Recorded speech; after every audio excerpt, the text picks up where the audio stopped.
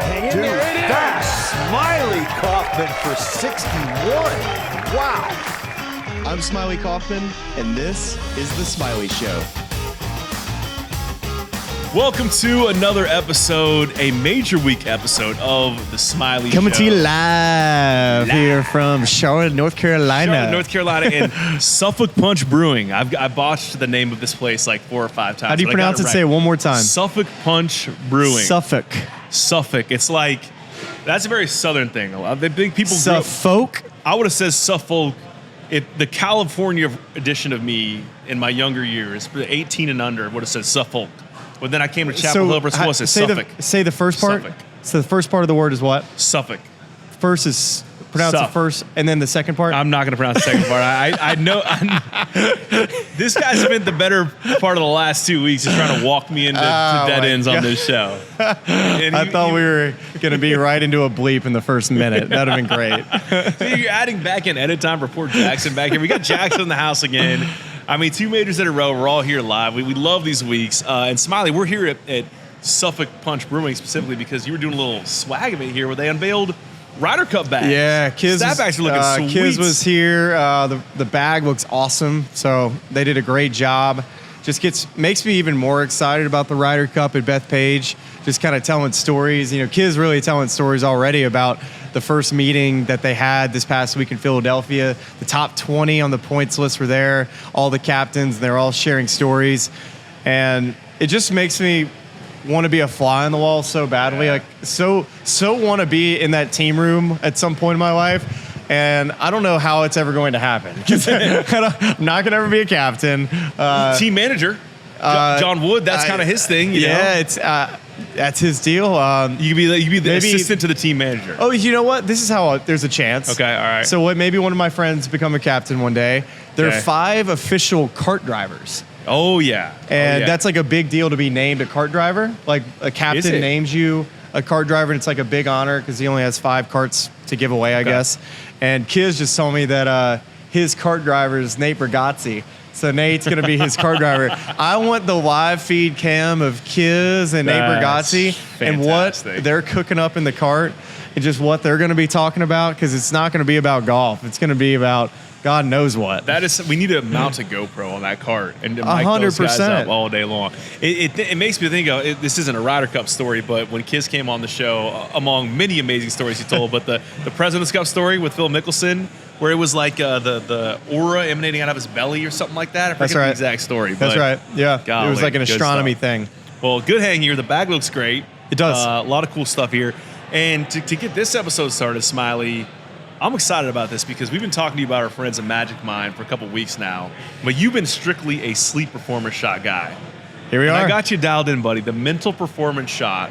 This is your first time diving in on one of these things. We're about to really lock in with some calm focus, some calm energy for this episode. The PGA Championship, so shall we do it? Not my first time doing a little swig of a guy, so let's do it. What do you say, aim for the bushes? Whatever you say, Smylie. Thank you, Jax. Got the. Reference. Did you have the other guys reference there? I've watched it like once or twice. It might be the best line. One of my favorite lines of any movie. Samuel L. Jackson and The Rock, sitting on top of a 40-story building, and the dudes. I know you've probably seen the movie. You know, they zip line down off of it, and they're like, man, aim for the bushes. There goes my hero. Next thing you know, pow! Right straight into the funeral. Doesn't Will Ferrell drive a Prius in that movie? Yes. There's so many great things. We're really bringing this back all the way around and tie it into our show. Okay, how was the shot? It tasted amazing. Let that thing kick in and report. I'll report back in like 15 minutes. How's that sound? Well, you're going to get the most clear, most calm energy major championship preview that's ever been done in the history of the show. Absolutely. Based on that alone. Yeah, I needed this. I texted you guys complaining this morning because I think I got maybe 3 hours of sleep last night. Ooh. But we had to get on the road. We had to get down here to do a preview. And we had Magic Mind back in that. So let's get into this show. Come on, let's get involved. Here is where we should start. First of all, the Elias Sports Bureau. I don't know if you remember last year of Valhalla. They're hitting me with all the good stats. They had some good ones for Pinehurst too. So I think we should set the table for this week with the course itself, and then what's unique about it, because we see it just about every year on tour. But there's some unique portions of it this week because of the weather we received. So all of this via Elias Sports Beer. Quail Hollow Club is hosting the PGA Championship for a second time. Also hosted in 2017, of course. That was in the fall. Justin Thomas won with a score of 276, which was 8 under. This is the 4th PGA Championship that's been held in the state of North Carolina. Denny Shute won at Pinehurst in 1936. Man, you're just trying to get these North Carolina things out. I'm a homer. I got my little Hope Valley hat on. I'm just trying to kind of, put on for the Tar Heel State. I got like some Carolina socks on down here. They're out of frame. But the 4th PGA Championship here. And then at last year's Wells Fargo Championship at Quail Hollow, 3 most difficult holes were, of course, the Green Mile, 16, 17, and 18. So here is what I want to get your expert opinion on, right? We know this is a course that in season plays on Bermuda surfaces. We're in an interesting sort of overseed time right now. So this is the note I got from the greenskeeper that heading into the tournament, the greens approaches and tees and fairways are around a 50-50 mix of overseed and the underlying Bermuda grass, but can be considered overseed surface areas, and the rough is a 90-10 overseed. On the greens, it's Poa Triv and approaches as well, and then perennial ryegrass on the tees and fairways. So that's the turf grasses we'll see on Quail Hollow this week. It got a ton of water on Monday, ton of rain today. On Tuesday. It was pouring. There's a 40 to 70% chance we're going to get some more rain on Wednesday. So when you were playing a course like this, it's already long, big ballpark, it's getting a lot softer. How are you, what are you expecting to see that's different from the way this normally plays? Like in terms of reading lies around the greens with the overseed and wet combo, like what are the key things to pay attention to this week at Quail? Well, luckily Quail Hollow has been a course that's drained very well, and from what I've been told, the sub air has been humming out there. They've been trying to just suck up as much moisture as they possibly can, but everybody's familiar with Quail Hollow, this is a golf course that not only these players are familiar with, you're familiar with it, fans, all you that are watching the show, everybody knows Quail Hollow. There's going to be no surprises, in my opinion. It's going to feel like a PGA Tour event, just happens to have different graphics, different logo, and a bigger trophy on the line this week. And I think it's going to firm up as the week goes.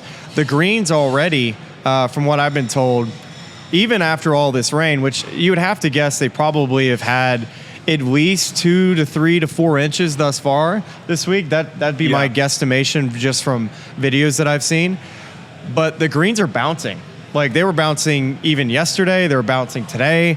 So as far as just whether we expect Thursday and Friday to have just the overall firmness, I think you'll see the balls bouncing on Thursday and Friday on the greens. And what does that mean? Well, let's say this was a course where the sub air wasn't great, the greens weren't getting firm.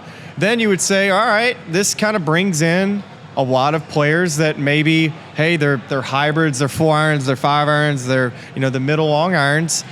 Maybe they're holding on Thursday and Friday to where they're up top of the leaderboard, and for the most part, they can go out and not have to, shoot something crazy low on the weekend. Where I feel like this golf course is all about how far you can hit it, how high you can hit it, and I think it's a very limited amount of players that can win this event. I would be surprised if we saw, an unexpected winner this week. This just feels like it's going to be a top runner week, and that's my feeling already. It's a top-heavy, sort of odds board, and we're going to get into some of those names. So there are a lot of them that all have a legitimate chance of winning this championship. I'm curious on the points you're making about, because if you're looking at the way the course is maintained, obviously sub-air impacts the greens and basically takes them from a place where they are a little wet, they've taken a lot of water, but you can get them firmer and drier a lot faster than you would without a sub-air system. But you do not have sub-air on the fairway. So does it stand to reason that... Well, they have good drainage. They have good drainage, but you expect it to be softer than you normally see Quail Hollow, 100%, right? So would it make sense to say that it gives even more importance to a player who has a lot of length, because you're hitting tee shots, they're not rolling out as much, but then when you're going to hit the approach shot into the green, those greens are firming up because of those sub-air systems. So the guys that can hit the ball higher and stop it faster into those greens and maybe hit a shorter shot because they're further up off the tee, those guys are really going to have an advantage this week. I would actually go a different direction. Really? Yes, you're right, but I would say what I would be more concerned about is how wet and thick the rough would be on Thursday and Friday. To me, that is probably something that may be just a little bit different than maybe a PGA Tour event at Quail Hollow. I think this rough will probably be a little bit more juicy than a PGA Tour event. So if there's more moisture in that rough, when you talk about a shot that's 200 yards away from the green, it's not going to be that, flyer 8-7 iron, or if you had a bad lie, or, chopping a hybrid out. I think for the most part, you're going to be open in the face, and a lot of guys will probably have the 7-wood in the bag this week, the hybrid, something that they can open the face on to be able to get it out of the rough. Because it's not a guarantee that you're going to go around and hit, like for instance, Rory McIlroy last week, I think he had 9 fairways over the weekend. Yeah. You can't go out here and miss a bunch of fairways. Yes, it is a non-thinker off the tee on a lot of these holes as far as, just from a strategy standpoint. For the most part, like JT said in his interview or his presser yesterday, it's pretty much you see it right there. All right, cool, just hit it along as far as I can. Yes, that's true. You still got to hit the fairways to be able to hold these greens, and these long hitters can't just hit it everywhere and expect to make a bunch of birdies, is all I'm saying. I did read that... But an advantage, to your point. An advantage. Yeah. And I did read that the rough is going to be maybe shorter than some anticipated because it's in that unique shoulder season for overseed where you're trending towards Bermuda and you're kind of coming out of it, even though it's still a 90-10. Kind of always depends on the weather, right? Like if they had a warm... I don't know. How's the weather been? You tell me, North Carolina resident. Give me your 10-day forecast from the past 10 days. In the very cliche sense, it's you're texting your buddies about the rain. You're like, hey, we really needed it. This is one of those we really needed it weeks. Okay. It's been dry for a while.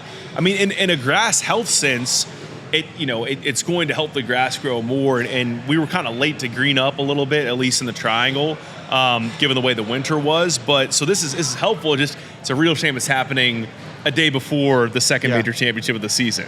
Well, it's about 7 minutes since I've taken that Magic Mind shot. How are we feeling? Dude. Vibrant? I'm in a good spot right now.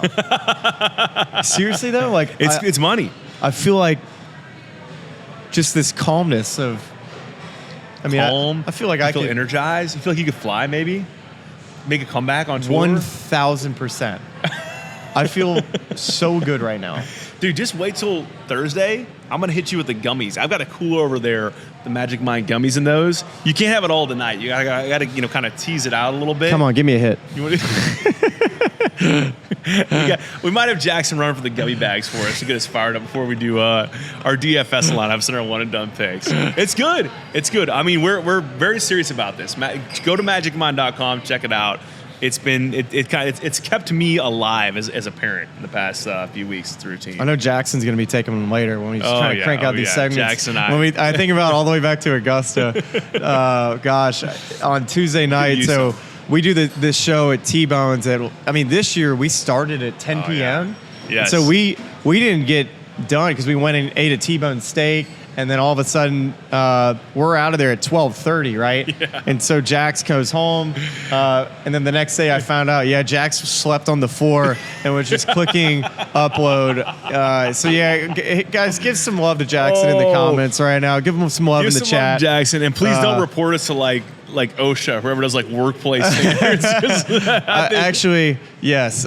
We don't need any of that. We are an unregulated organization that deserves no eyeballs. I was telling Jackson before we started recording, this made me think back to last year, pre-Jackson to the PGA in Louisville. Dude, I don't know how we did it. You did it. So I drove straight from Durham to Louisville, filmed on this camera for the first time, but I shot it in 6K, and then I ended up in our host family's house. By the way, shout out to Alan Stein. I wish we were at Stein's house this week. That's the only thing we're missing this week. I wish we were hanging with the Steins this week. But I was and the horse falling track. asleep and the horse track and the horse track. I do miss Louisville. Yeah, I miss Louisville a little bit. But anyway, we have Jackson as the point, and we'll get him a little Magic Mind shot, and he's gonna fire this edit out. Let me ask you this. Okay. who's getting more shade right now, Quail Hollow or Valhalla? I mean, because they're haters. Yeah. I think they're just. I think generally we need to discuss Quail Hollow as a venue. Yeah. Is it more so that we see it too much, and if we didn't see it quite as much, we'd be like, oh, I can't wait to see what they've changed at Quail Hollow. I think there's this phenomenon where people love to hate on Tom Fazio. And I feel like Tom Fazio is, I understand why. I mean, some architects really resonate with you as someone who plays golf or someone who appreciates architecture. Some architects won't. It's the same thing as a painting. You're going to like some artists, you're not going to like some artists. But there is a lot of focused hate towards Tom Fazio that I don't understand. Every Tom Fazio course I've played, I've really enjoyed. I think that the work that he did here, because this was originally a George Cobb design, coming right off of George Cobb designed the par 3 course at Augusta National originally. So George Cobb also, I think, did Vestavia's par 3 too. He was a prolific architect in the South for a number of years. And so this was, and then Fazio came in and did a number of renovations, and I think that there was some sort of distaste for that. Maybe it feels less natural than it did before. But for me, I think you have to really look at it in the sense of what were they trying to do here. If you're trying to build a big stadium venue that can host huge PGA Tour events, that can host major championships, it's going to be hard to get better than the blueprint that Quail Hollow laid out. And not only they did it back in the 60s, and they've modernized it to where it is now, where I think it really suits hosting these major events. I can understand why you look at the course and you'd say, okay, there are certain things that are, I don't know, too tricked up for me, or too, sort of big and contrived. They feel less natural. But for me, I feel like it's a great venue for, any major championship golf. I think that, yeah, I mean, Valhalla last year suffered from, it was wet early in the week. It was too soft. It was too soft. They just didn't really have any good defense system. Yeah, well, this course, opposite. Also, for me, I've only played here once with our good buddy Taylor Zarzer. It was good to hang out with him. I forget which birds we played from, but it was, and my driver was all over the place that day.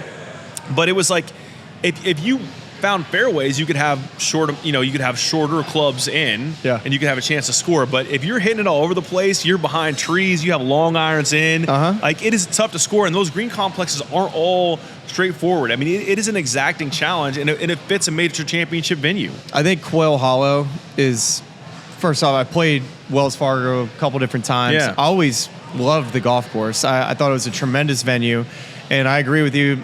People hate to hate.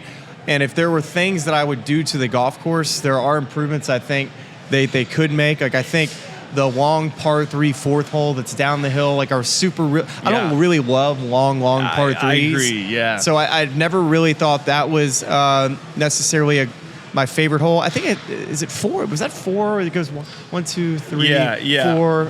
It's in the early sequence, and it's 6. It's 6 that I'm thinking of. And it's sort of a tough cover. The green goes away from you. You got to cover a front bunker, and it's kind of a narrow green. So 6 is the long par 3 down the hill. Then 7 is the long 5. I actually have a little thing over here. So they tried to redo the 8th hole, and they never really have gotten it right. That drivable par 4. I think that's probably one of the weakest holes on the course. They used to, if I recall, it dog-legged a little bit to the right, and they made it a much straighter hole, kind of in that no man's land for drivable. It's not really drivable for most players, but Rory McIlroy, it's perfect for. Yeah. It'd be cool to see them move some tees around there. That green's okay, not great. 9 they've lengthened this year to 530 yards, which is the longest par 4 in PGA Championship history. And then 16th is also very long too. 16th is playing 529 yards of par 4 this year. And I think another, 2 other holes I think could use just a little bit of improvement. I would go to that 15th hole, the par 5, that kind of goes, it just is a weird par 5 to me. It's kind of bends you multiple ways. You got to go back up the hill, the bunker in the front. The tee shot's so important to hit that fairway, to have a chance to go to the green. You have this hanging lie onto this big upslope. It almost feels like it's just not a great hole to me. 15. So let me ask you this then, because I think some of the shots that they ask you to hit are maybe unnatural for a day-to-day golfer, but do you think there's any value in asking those questions of the game's elite, and maybe questions they don't get asked on a week-to-week basis on the PGA Tour, just that it's that it's, they're long hole. Like, I just looked up the yardage. Hole 6 this week, the par 3 is listed at 249 yards. That's 6 is the one I was talking about. Do you think that there's any value in asking more difficult and more interesting questions of these players for a major championship week than on a week-to-week basis on tour? Well, I think what makes a good golf course and a good venue is a good mix of short holes, long holes, par 3s that have varying clubs. Like I don't want to hit the same club in my bag throughout the day.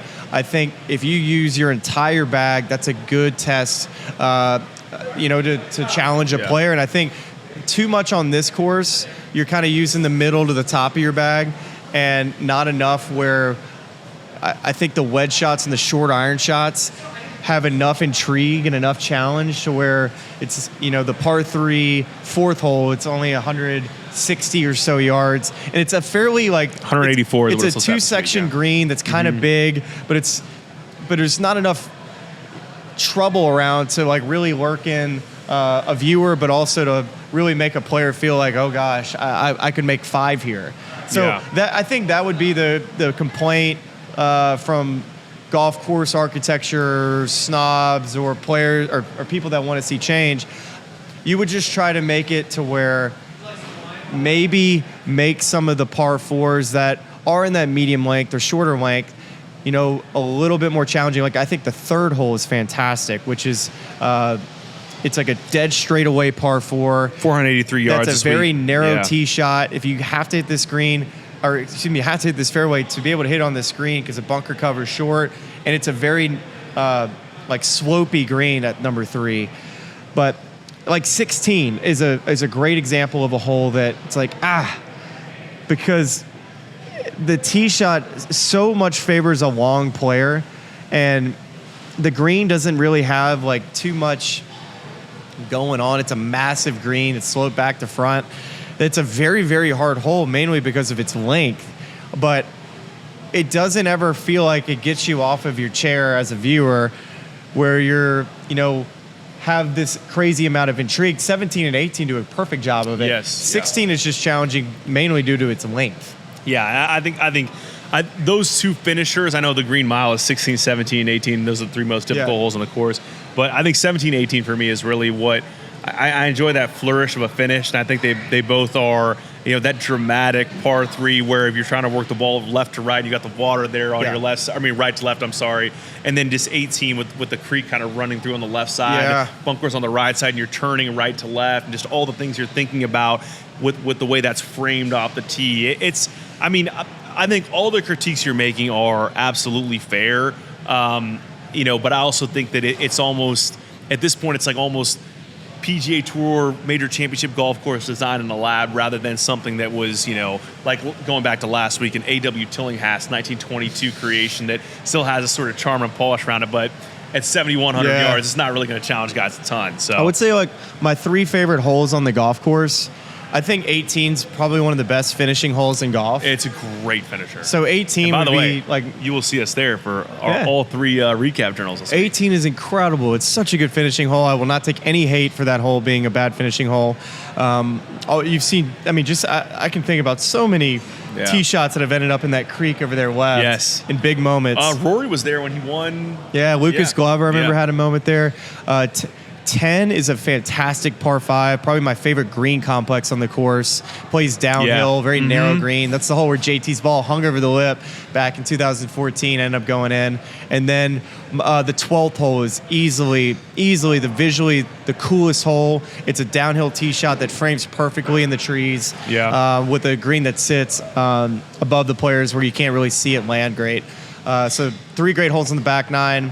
There's some holes that, 6 or 7, the par 5, that is probably a better par 4 than it is a par 5, but also a pretty hole with some incredible houses to the right. Well, it's going to be interesting to see, if it does play materially different this week with the weather we've gotten. We should get a tee time. I just got excited about playing Quail Hollow.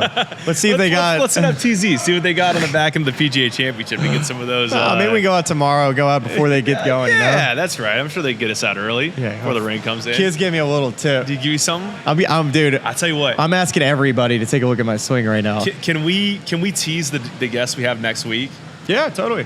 Jason Duffner. Yeah, By the Daddy. way, Jason Duffner, I mean, this is a biased opinion, but like top 3, maybe top 2, maybe top 1 interview. It was good. It had everything. And he gave that hot tip he had on weakening the grip when pitching. Yeah. It's made a huge difference. Oh, yeah? I do that naturally, so I was listening to you two talk, and then I had a little wedge in my hands. I was just like kind of trying to, and I took it down to the chipping green in the backyard, and I was like, wait a second. You see, Charlie, for the most part in these interviews, he's just making sure that our levels are good. He's listening for, making sure we get, good clips. This time, he's over there stretching. He told me that, dude, I had to come back and I was all in, and like I'm messing with my golf swing out there. So it's a good one. Make sure you're ready for next week. It's so good. It's hard to follow up a major championship week. We're bringing some heat with Duff You're Daddy. going to love the Jason Duffner interview next week. Do not miss that one.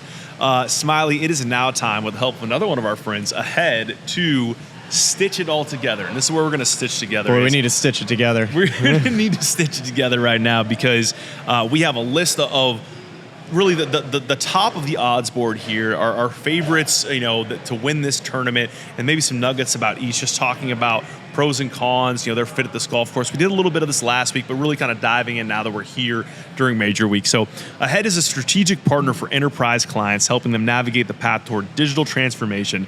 Much like an expert caddy, reading the course ahead and providing the winning combination of technology and execution, Ahead takes a cross-domain approach to solving complex problems, integrating solutions across the technology stack, and bridging the old with the new. A little bit of old with the new at Quail Hollow. Yeah, there you go. Brought us into the Tom Fazio era. Ahead relies on its heritage of modernizing legacy infrastructure to blend with cloud-native skills. You can learn more at ahead.com. Make sure you check out their swag over there, too, at ahead.com. They got a... You know what? They got some hats. Listen, they got a nice little Brandon Bills hat. Listen, you're such like a merch guy, yeah. like schnob Sicko, too. Yeah. And then when you get on that site, you're like, dude, my bad. Like I'm all in at this merch site. I left it at home because I was trying to figure out I was trying to pack light this week in rain gear, but they have a nice little quarter zip, a little Carolina blue quarter zip with some good pattern. Ahead.com, check them out. Let's start with again, the favorite here, according to DraftKings Sportsbook. We're going to get into some odds later. I got my odds up here too.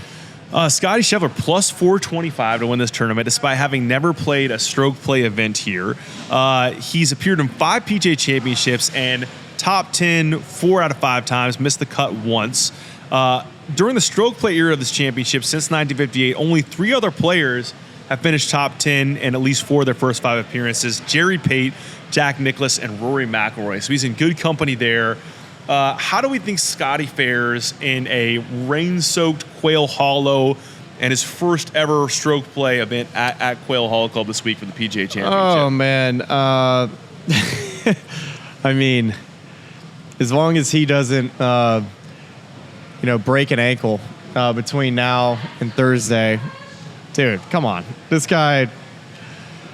I mean, it still feels like a dream, like a nightmare dream, but a good content dream that this past year that, dude, he was arrested at PGA. Like, it feels like, let's pour one out for Scottie last year. I mean, how about that last year? We thought he was going to win the next 12 majors, and then once again, we wake up and he's arrested. Shout out we gotta once just again bring to the that up. Steiden family. Yeah. Like we had to emergency set up a set in the Steiden's living room because we were waking up from... We didn't know the tone yet either. We had no clue. We didn't know we did. We didn't know if we need to treat this whole situation like a funeral. Yeah. Like we're just especially when I was starting to see people, meme this whole thing, and I'm like, these guys got big problems. Like they need to treat this thing with some respect. And I was like, we need to be buttoned up. Like this is a Right. a Dateline interview here. Like this is big time. We can't screw this up. I had a very serious hit on Sports Grid with like a lot of gravity to it, just regulating legal talking points. You got Steiden's tie. I was in his office, Alan's office, and it's a very grave situation here with the police involved. But it was crazy because it was there was all this narrative about Scottie being this wholesome human being, which he was and is. But we had that, and then he has, the birth of Bennett, and this is the first time we're seeing him again. And there were some good memes at the time where it was like, Buddy, his wife just gives birth, and he goes on the bachelor trip first night out and gets arrested. All right, what was your favorite video or meme from that whole Scottie thing? I think it had to have been Many men. Walking back out, like just the 50 upon me. The drop. He just walking out in the all white, the Nike hat. Everyone's going nuts. I mean, what a wild, wild week that was. And then he goes out, and then the other thing that gets lost in the shuffle there, and this is appropriate given that Ahead's presenting the segment, and Ahead, expert caddies, those are things they're tied to, is Ted Scott missed one of those days of caddying because his son's graduation. I think it was his son's graduation. Very well could have been his daughter. Yeah. One of his children was graduating, and that was pre-planned. So amidst all the chaos, he has one day without his sort of his rock on the bag. Yeah. And he still played pretty dang good that week. It really was just fascinating because he started out the week, he holed out an eagle on the first hole at Quail, and I think when you and I were sitting there watching all the coverage that morning, I think many of us felt that there was no way that he could play golf that day. And what right human felt like they could play golf that day, going through something like that. If I get the wrong order from Chick-fil-A in the morning on the way to the golf course, it sends me into a tizzy, If I somehow ended up with a Diet Coke and I was looking for a Coke, it's like game over. Michael Collins. That was a little drop by. A little shout out, Mike Collins. A little drive by from Michael Collins. We need to play the Many Man music from Michael Collins. Gosh, great guy, by the way. Great Michael guy. Collins. Love MC. And that was Kessler caddy for Patrick Reed. We had a good conversation. His game's in a good spot. P. Reed, by the way, this is a really deep cut for those of you that followed our adventures in Florida and maybe watched the video at the park. P. Reed, big strawberry refresher guy. Who would have thought? There you go. Our boy Bailey. Shout out to Bailey, the Big Barry. There you go. Bailey on the cameras, on the ones and twos. Yeah. At the park, West Palm Beach. All right, so this was a zig and a zag. What do I think about Scottie Scheffler this week? Can I give you a real quick one? Just hit me with a quick one. Yeah. All right, quick one. Scottie's good at golf.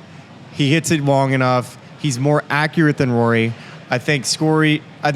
Scory is not someone you want to play against this week. You got to play against Scory. That would be a tough best ball to go against. Scottie is rightfully the favorite. I think we're living in a little bit of a recency bias here with Rory's, although he's playing incredible golf. I think his iron game is going to be the thing that separates him. Obviously, he does every week, but especially this week, firmer greens, long irons in, that just overall how far away you get from the hole from a proximity standpoint. When we look at average at the end of the day, that's going to be a huge, huge metric this week is proximity to the hole. And it's not going to be close. It's not going to be a 20-footer this week, average. I think the leader at the end of the week is probably going to be in that 28 to 30-foot range. So we're talking about, not something that's going to be, him hitting it to 10 feet with 4 iron all day, but it's just to be his overall consistency that's going to set him apart. The next player, the next shortest odds, Rory McIlroy, going off of 5-1. It's almost too good to be true, it feels like, this week, in terms of just the groundswell of things that are happening that seem to be in his favor. Rory, of all the players in this week's field, has the best career scoring average at Quail Hollow in the Wells Fargo Championship, 69.33, 46 rounds there. He has won here at Quail Hollow 4 times on tour. He's won 2 PGA championships. When it's a long course and the conditions are soft, that plays right into Rory McIlroy's hand. Totally. He just completed the career Grand Slam at the Masters. He seems freed up in a lot of ways. Had a solid finish last week at Philly Cricket, in and around there, but didn't have to exert the energy to close a win and finish that tournament off. Why would Rory McIlroy not win this golf tournament? I'm just sitting here. We got some great stats here. Like best cumulative score to par at Quail Hollow over the last 15 years. Yeah. Rory's a minus 102. Ricky Fowler, but next best at 47 under. Which, by the way, there you go. That's a good little tidbit on Rick there. Rick, yeah. I mean, he's just so good tee to green. He's first in total, first tee to green, first to approach. It's a perfect golf course for Rory McIlroy. We don't need to belabor about it because we know exactly what we're going to get from him this week. He's got to be more accurate with the driver, clean up just a little bit of the ball striking. And if Rory doesn't play good this week, it'd be the biggest shocking thing that we've seen this year, which especially with the form that he's in. Yeah. The one thing I will say is what happens to the mindset of a player who all they've thought about is winning a major championship again. It's been this long, long, long drought, and finally he wins the Masters, he wins the Grand Slam, and a month later he's at his next major championship. It's going to be interesting to see how he maybe approaches this week because he's talking about being more relaxed, and I'm wondering if being more relaxed maybe doesn't have him quite as focused and on a mission, but that would be the only thing I can bring up, right? It's a completely fair delving into his psyche. Like you hit the peak, you did it. I think we're all playing the same game. It's like almost the thing that maybe I equated to. I don't know if this is accurate or not, but like a guy in a contract here, where once you get your big contract signed, you get to kind of relax a little bit. His legacy set. And okay, are you less stressed? Absolutely. But are you less motivated? Maybe. I mean, it depends on how far he wants to push. Like, I think that a lot of the mindset stuff, really it has to do with the work he's done with Bob Rotella, which was, as he spoke about in his Masters press conference, key deal. So you'd assume that sort of approach would continue. I got a spin zone. It's okay. Hit me the spin zone. Spin zone. It was a bad idea for Rory to win the Masters.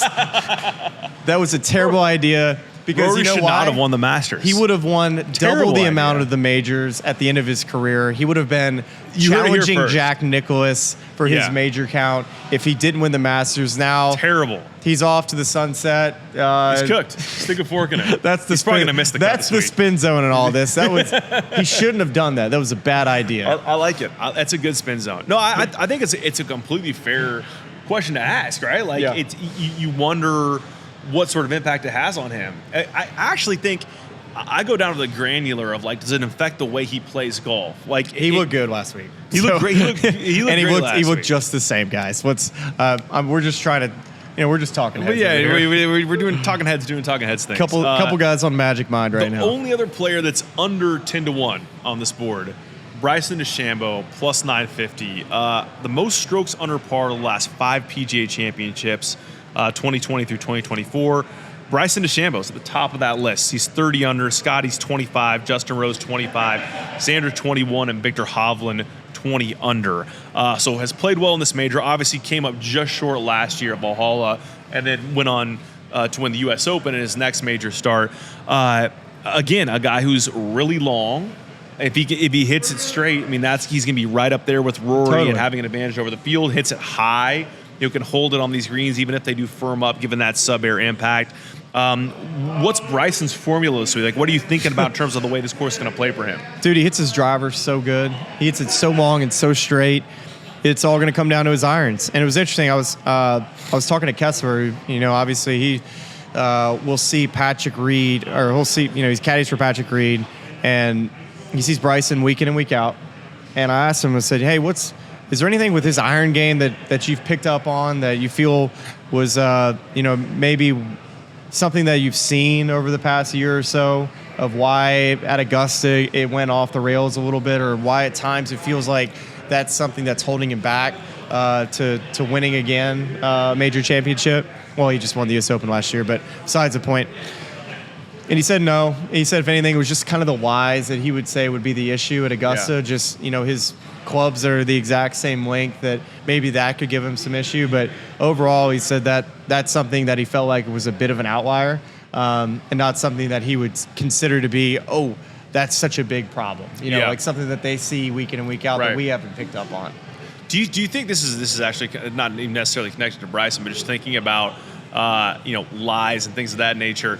Do you think it's going to be lift, clean, and place at all? No. They're going to try their absolute best to make it not lift. It will not be lift, clean, and place. Okay. That place will drain good enough. Okay. There might be some mud balls, but mud ball. Well, we're going to talk about someone who recently discussed mud balls at another major very soon here. But Smylie, here's what I'm going to do. I'm going to slice in half the under 10-1 odds and the over 10-1 odds. I'm going to do it with the help of our friends at House of Atlas. I actually, in the sense of slicing and razors, I got the tactical razor sitting out in my car right now, and I'm going to, tomorrow, Jackson and I may get out in and around Charlotte, see which golf courses we can get on. But then when I come home and get ready for these journals Thursday through Friday, I'm going to be using that shave balm we love so much and a little bit of that aftershave to freshen up the smell in our abode. And I'm going to use that House of Atlas tactical razor to really cut it tight. Dude, my skin's been like super dry. Got some eczema here on the arm. Roll on that eczema. Yeah. And I think I definitely, when I was home for like 2 days, I was just lathering up. And yes, plenty of great products. Shaved this morning before I came. I used to have eczema on my elbows when I was a kid. Yeah, I got some right here. Eczema. For whatever reason, I don't know why. I guess the air was a little dry in Philly and got some dry skin going on. But it's supposed to be a little humid this week. Oh yeah, it's humid. It's supposed to be 90 on Friday, and with this rain that came in all week, we're talking about some swamp going on. Oh, we're like talking big time. Like we are North Carolina swamp season officially. Like I was trying to run around and pack this morning, and I was drenched. I was like, this is too early. It's May. Like can't be happening this early. I think House of Atlas could potentially think about getting into the powder game. Talcum powder. Yeah. HOA talc. That's something that I would be all aboard on. And to be honest, I think we just pass them out at the PGA Championship as little goodie bags. Hey, you look like a guy that could use a little bit of this right now. Sneak up on people, just pull their drawers out and just powder them in there a little bit. Just a little sneak attack. Okay, or we don't do that. We don't have to do that. Okay, so they don't do talcum powder yet, but what you can do for a limited time is House of Atlas is offering straight into the read 50% off your first order when you purchase any razor kit and the before and after set, which includes the precision shave cream and calming aftershave. Use code Smylie at houseofatlas.com. That's HOUSEOFATLAS.com with promo code SMYLIE for 50% off your new razor kit and before and after set. Stop wasting money and time on shaving products that don't look good, aren't effective, and cost way too much. Visit houseofatlas.com today. Yes. On we go, Smylie, to the next set of guys I want to talk about. And let's start with Jon Rahm going off at 18-1. I mean, there is a significant amount of space between Bryson DeChambeau at plus 950 and Jon Rahm at 18-1. He's at what? He's at plus 1800. He's at 18-1. Wow. It's a large. So it's disrespectful. It feels like almost. Yeah. I would call it disrespectful. I mean, he was asked about this. I think in his press conference today, and just said, "Yeah, you're using everything as motivation at this point." I mean, he's never finished worse than 10th place on his Live Golf Tour career. But really, the miss has been the majors the past few years, and I wonder, what you feel like Jon Rahm needs to do. Do you feel like he needs to make a big statement this week of guys like, I did not go to Live Golf and cook my entire ability to compete in majors? I'm just sitting here. I wanted to kind of look at some of the Jon Rahm metrics to just to make sure I'm not missing anything. Hey, did we figure out was he a player that would always play Quail? Because when I think about Wells Fargo, I never really nothing was coming back to me. He only played Wells Fargo once in 2021, and he missed the cut. Well, just think about it, too. How many years did he have signature events? Was it just 1 year before he headed out? Yeah, well, there was a designated event year. Yeah, that'd be right, because it was 22 and 23. Before we didn't have signature events. Yeah, it was just it was just a good event on tour. Yeah. That got good fields and he wouldn't play, which is a little shocking, right? Like, it seemed like it would be a really good golf course for him with his length, and his iron game. Yeah. So that would be a bit of a knock coming into the week, is that... Yeah. Doesn't necessarily have the experience. He hits it long enough. For sure, his iron game, he can work both ways. The putter's been, to me, like not as good from when I watch him. I'm not sure if you picked up on that at all with John, but I think when he was playing really well on tour, he's always been a tee to green, just absolute phenom. But the putter doesn't look quite as good as it used to me. Like, it looks different. The setup doesn't look quite as good. But listen, this guy, at any point, right? He could win this week, and we would say, well, that's the Jon Rahm we knew. And we keep on talking about all the top 10s that he has on the Live Tour. And at some point, it's kind of like Joaquin Niemann not making any top 10s at the majors.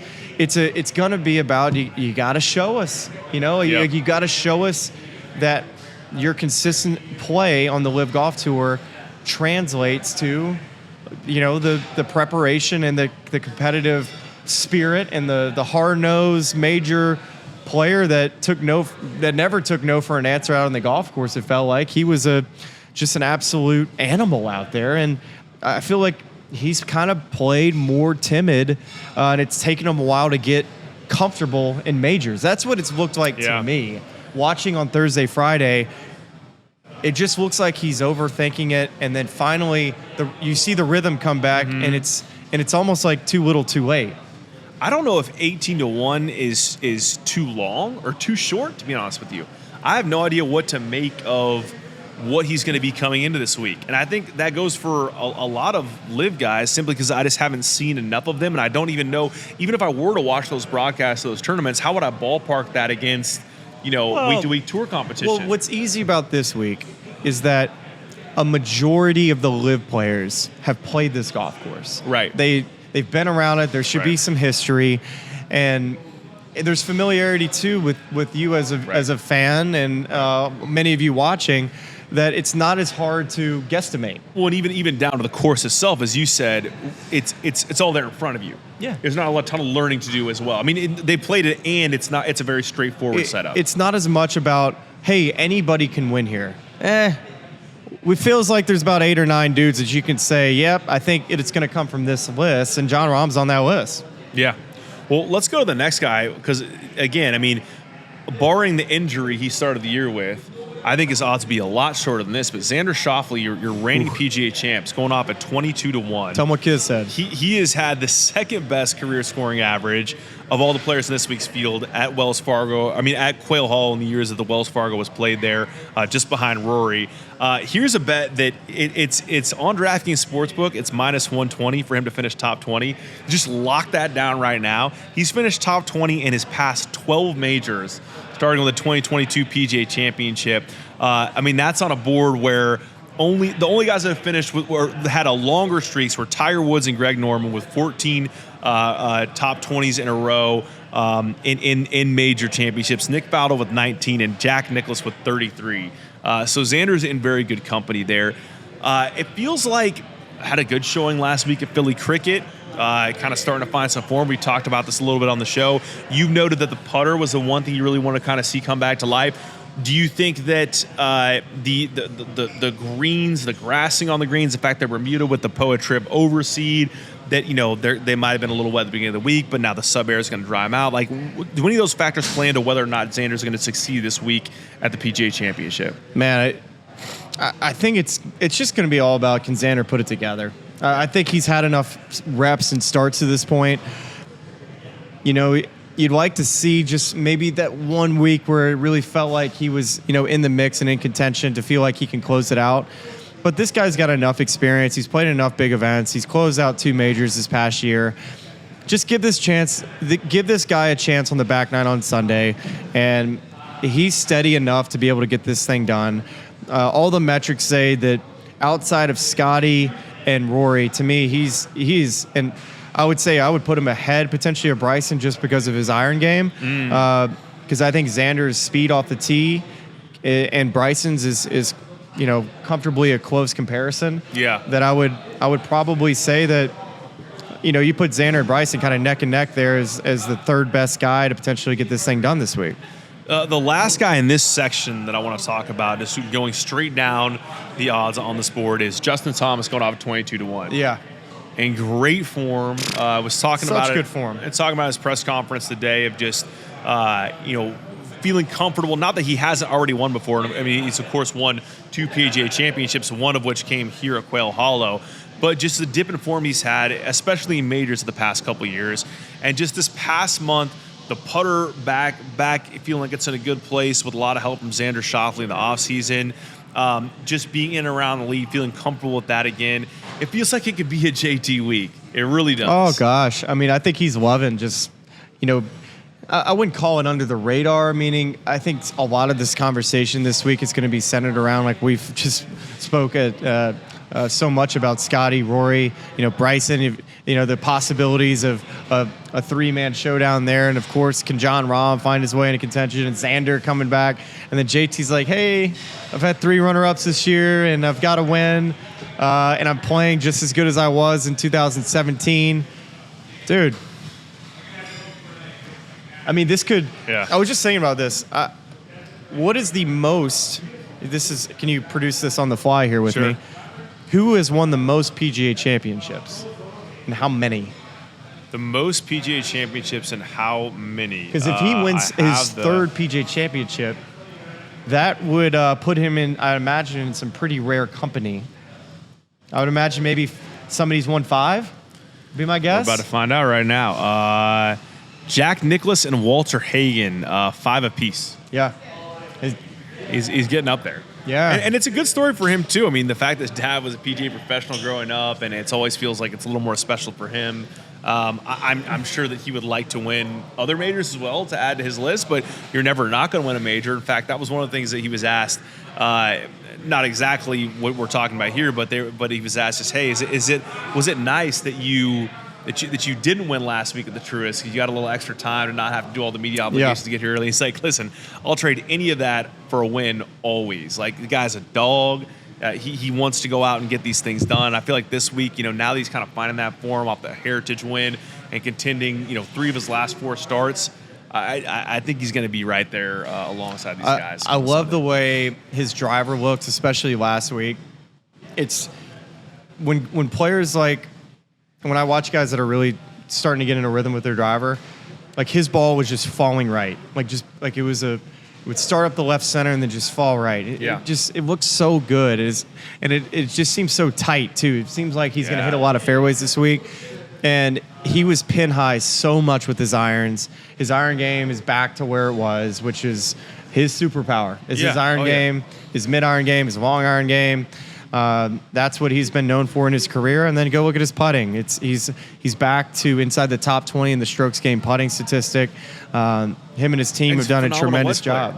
To your point about off the tee, it's like if he can just have, with his speed and length, if his driving accuracy is just top third of the field, top quarter of the field this week, he could win this thing going away because the iron game is so good and the long iron game is so good. And you can hit it high enough and stop it on these greens because he's so good around the green, and because the putting now, to your point, is top 25 on tour. If I would trust JT, I know we've talked a little bit about House of Atlas here, and I would trust him to shave my head with a wedge. That's how good he is with knowing where the bottom is. So yes, could not agree more. Into the grain stuff, ball on top of my head. Just shave it right off. And then just come back in with a little bit of the shaving cream, just right, like the shaving cream's on the the razor's on the leading edge, and the shaving cream's on the trailing edge, and he just puts it right on your head. So tell me where you are hitting me. Like, are you clipping it off my head? If I'm just, if you put a golf ball on your head, if you're just hitting a little shot over the bunker, a little one that you had to just kind of hoist. But I'm also trying to not kill you. Yeah, where are you hitting it? Well, I'm right in the middle of the equator. I'm not going to kill you. Yeah, I'm scared to death. But JT, I feel like no, but it's like a life or death situation. Like you have to hit a good shot. You have to hit this over the bunker. Okay, well, is it life and death for me or you? No, I guess it would probably be life or death for me. It's going to be death for you and life for me because I'm gonna take a pelt off the top of your head. There it goes. All right. 20% off, folks. Well, okay. That's an excellent segue, Smylie, because there are just a couple more names that I want to get to that are further down the board on this list before we put together our daily fantasy lineup, thanks to our friends at DraftKings, and make our one and done picks for this tournament. But here's what we're gonna bypass a number of names on this odds board. We're going to fly further down the list. We're going to do so with the help of our friends from Shipsticks. Shipsticks gets you from your front door to 4 easier than ever. They'll pick up your golf clubs from your home or office and deliver them on time, guaranteed to your golf destination anywhere in and outside the U.S. No more airport headaches, no more lugging heavy bags, just easy, stress-free travel for golfers like you. Did you see the thing with Claire Rogers and Shipsticks? No. Claire had her clubs at the Masters. Did not ship them with Shipsticks. I don't know what other service she used. went to Twitter. I can't find my clubs. Have been lost for a number of weeks. Shipsticks got on the case for her. Like they tracked Claire's clubs down for her, having not even been involved in the shipping of the clubs on the front end. And as of today, I think I saw a tweet. They found them. Shipsticks. So shout out to Claire Rogers and Shipsticks. They found her clubs. That's the level of service you can expect at Shipsticks. People helping people. Just people helping people. The supporting benefits. Another movie reference. Second one of the day. I there's so much going on with these reads. I can't be expected to. I need like Jax with a whiteboard back here so you can like write on a cue card like this is what the movie is. And like, yeah. You can't name that movie? It's Half Baked. You can't name the movie? People helping people. Jax, come on. Come on, Jax. What is it? He's like, you won't even make eye contact. I'm not even gonna say it. Everybody in the chat will. Oh. It's Wedding Crashers, guys. Come on. Jeez. I was gonna say The Good Dinosaur. Dang it, man. The supporting benefits include white glove service, complimentary insurance, real-time tracking, door-to-door service, international shipping for any occasion. Shipsticks is perfect for buddies trips, business trips, even family vacations where managing kids, strollers, extra luggage, and movie references can ruin your vacation before it's even begun. Enjoy 20% off your next shipment by using promo code SMILEY. Dude, 20%. That's nice. That is very nice. I mean, it's about to be golf trip season. Y'all don't deal with all the bull crap. I mean, Charlotte Airport. Great rocking chairs, though. Great rocking chairs. Good rocking chairs, but no thanks. rockers, No yeah. thanks, Charlotte Airport. So we've Shipsticks our way down into the 40 to 1, 50 to 1 range. Okay, Brooks Koepka, 45 to 1. How do you feel about that number? High or low? Well, history says that Brooks Koepka and PGA Championships, which PGAs go to different venues, but maybe there's something to be said about this time of the year. Some players play good at certain times of the year. That's a thing. I typically always played my best in the fall and typically would play good a little bit more in the spring, and then I would struggle kind of into the summer. Brooks seems to play good this time of the year. He typically peaks for the majors. But a disappointing miscut at the Masters. You know, what, he make an 8 on the last hole to miss the cut there? Yeah. That wasn't really talked about a whole lot, was it? Well, it wasn't, but it was one of those strange things where if he doesn't make the 8, because I think he missed it by like a shot or two. It was close, right? So let's say he makes a double or just a bogey, and he makes the weekend. You know, and then that's the juice that Brooks Koepka thrives off of is being, you know, maybe not like in contention, but having a weekend at a major. Does he move up the board enough to where he finishes in a spot where you're like, okay, yeah, another solid major finish for Brooks Koepka? I mean, he's got 6 top 5s in the PGA Championship. I mean, that's ridiculous. He's won 3 of them, 2018, 19, and 23. So Brooks, I mean, gosh, Lee. I just, for me with Brooks, and this is not, the thing I always wonder is he's 35 years old now, which is, you know, it's not crazy old in the golf context, but it's not young. And he had that knee injury that was bad. And there was you know, really in some ways the reports were that was one of the reasons why he went to live. He was unsure whether or not he gained his health back. But of course, he does get it back. He does win another major at Oak Hill. And it feels like this is the Brooks of old, the guy who's always, you know, in the top 10 or 5 guys you're picking to win a major.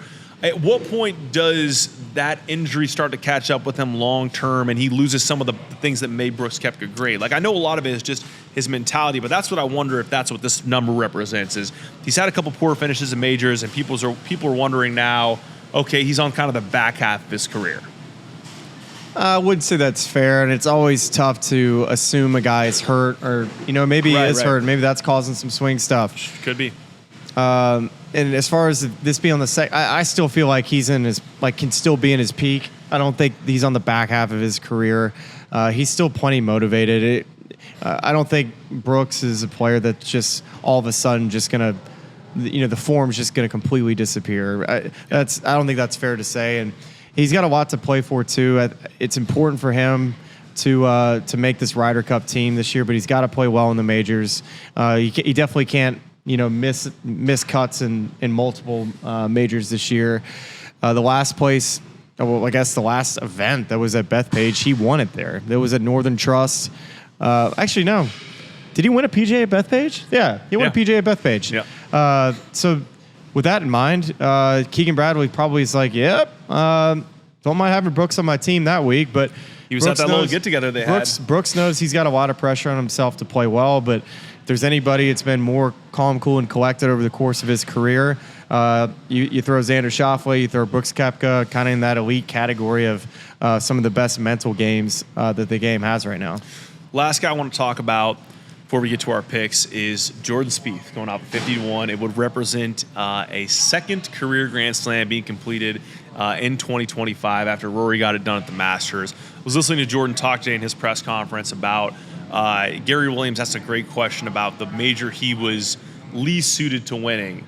And Jordan said, it would be this one now. He said, prior to me winning at Chambers Bay, he said, I would have said at that point in time, the U.S. Open was least suited to my skill set and my game. And then I kind of snuck one in there and won that. So now, yes, it would be the PGA. But he did say that, especially at this venue, he says, I've gained so much ball speed and length since that point in my career to now that I feel so much better equipped to contend at a place like Quail Hollow than I did then.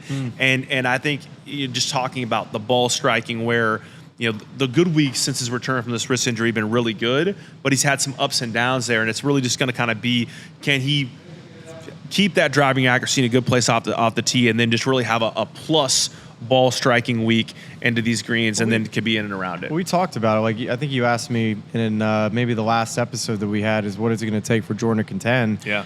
And it's just about just putting it away, man. Just go play golf. Like, just trust that the work that you've done is good enough. And I think maybe not as much experience around this place. He went, I guess it was, what did he do? He went 5-0-0, including 4-0 with JT. This was at the President's Cup. And he finally won a singles match. He had not ever won a singles match in his career because he's just gassed at the end of the week because he always played 5 matches. So different set of circumstances. It's match play. You can be more aggressive. You have a partner. But just goes to show that maybe, he can play good on this golf course. And his good shots are good enough. Yeah. Good shots are good enough. You're going to need a week where he's making the 20-footers. And I think, just trusting that it's there. And like you said, I do believe that he's driving it plenty good enough. Yeah. And he's above average in distance and hits it plenty long enough. So that's not going to be a factor this week. It's just really going to be, can you put 72 together? Yeah. Well, I'll tell you what we're about to put together, Smylie. Lineup time? It's lineup time. All We're right. about to do. We dropped the ball at the Masters, so We dropped the ball at the Masters, but I have a couple was hot ones that I'm feeling good about for you. I love that. We are going to build with the help of our friends at DraftKings and stick to the end of this particular segment because we're going to give you the daily fantasy lineup. We're going to make our one and done picks, and we're going to tell you how you can get some bonus cash to wager on the PGA Championship this week. So, Smylie, let's start. It is my pick first this week. So we are building a lineup. We have a $50,000 salary, as you do on DraftKings Daily Fantasy, and we're going to go through now. So top of the price list, Scottie Scheffler at $13,400. Rory McIlroy. How are we going to do this? Are we going to? What do we want to do? What do we want to do strategy wise here? Can you just tell me who you kind of like right now? Maybe mid tier, low tier, top tier, and then we can just spitball this thing together. Can we start with this? Like JT at 9,900, given some of the guys ahead of him, feels like a really good price for JT. You want to just my first pick, I'm gonna plug in JT. I want you to scroll down for me. Okay, all right. Tell me. I want you to go find Keith Mitchell. Keith Mitchell. Okay, hold on. Let me. I got a good stat for you on Keith Mitchell, because if this thing ends Thursday, Keith Mitchell he has the Wanamaker Trophy in hand. His scoring average in first rounds this year is, I think, 66 or something like that. It's something silly. It's every week he's at the top of the leaderboard. He's in the last groups. That means something. It means something, I'm telling you. And this is a really good golf course for him. Can I throw you something else at you? I was reading you some stats about lowest scoring average at Quail in the Wells Fargo Championship era.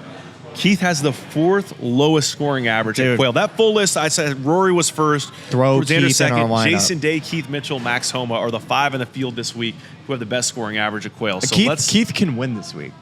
Keith's price I truly believe $6,200. That Keith can win this week. I love that pick. All right, so you went with Keith at $6,200. That leaves us an average of $8,475 per player. So that's a nice bit of flexibility. Do you mind if we can we continue to hop on the Shane Lowry bus? I would Are love you to. against that? Not I at know all. he's not the longest Not at guy, all. but this dude keeps elevating his game week in and week out. And he's Yeah. you need a solid dude that is going to be the rock of your lineup. The only thing I wonder is like, is 9,200 too much to spend on a Shane Lowry? Or do we feel like that's about right for this week? Because I'm just looking at guys around him, like Tyrrell's at 9,000. I mean, I like Shane more than Tyrrell this week. Yeah. I like Shane more than all of these guys. I yeah. would say Minwoo is like if you liked Minwoo more than Shane. Well, I would if say we that spend on him, we're going to have to go down. We're going to have to kind of spend. He's Sepp at 8,000, but he's coming off a win. All right, we've done this before. Let's put Shane in now, and if we get in a tight spot, we can always reconfigure the lineup. All right. So we've thrown in. Let's take a look at this now. We have. How do we get back to this roster? All right. Well, you know what? I'm not even going to try to get out of this. So we have JT, we have Keith Mitchell, we have Shane, we have an average remaining salary of $8,233. How expensive are Rory and Scottie? Rory's $12,200 And Scottie's $13,400. seems like that's a lot of money. It's a lot of money. money. That's a right lot now, of money. we basically have half of our roster at 24,700. So it feels like Colin's too short for this week. I mean, no disrespect to Colin, but it feels like it's going to be tough. Do we want to, I mean, it feels like you have to take one of Scottie, Rory, or Bryson. Doesn't Bryson not? at 11.5 kind of feels like. I mean, I would prefer Rory, but that saves you another $700. You want to plug the big man in there? Just give it a shot. I mean, Bryson or Rory? Bryson. Oh, You want to go Rory? Rory and JT, those are our two guys. Yeah, let's do Rory. Because we have 2 spots left at 6,200. So now let's just go down here and see if there's anyone we like around here before we have to change it up. Okay, can I do a little scrolling here? Yeah, of course. Okay. Lucas Glover's got good history here, but I don't think he had a great week last South week. Carolina guy. Lucas is a player that I like so far. JT Postal's a North Carolina guy. Oh, what about David Puig?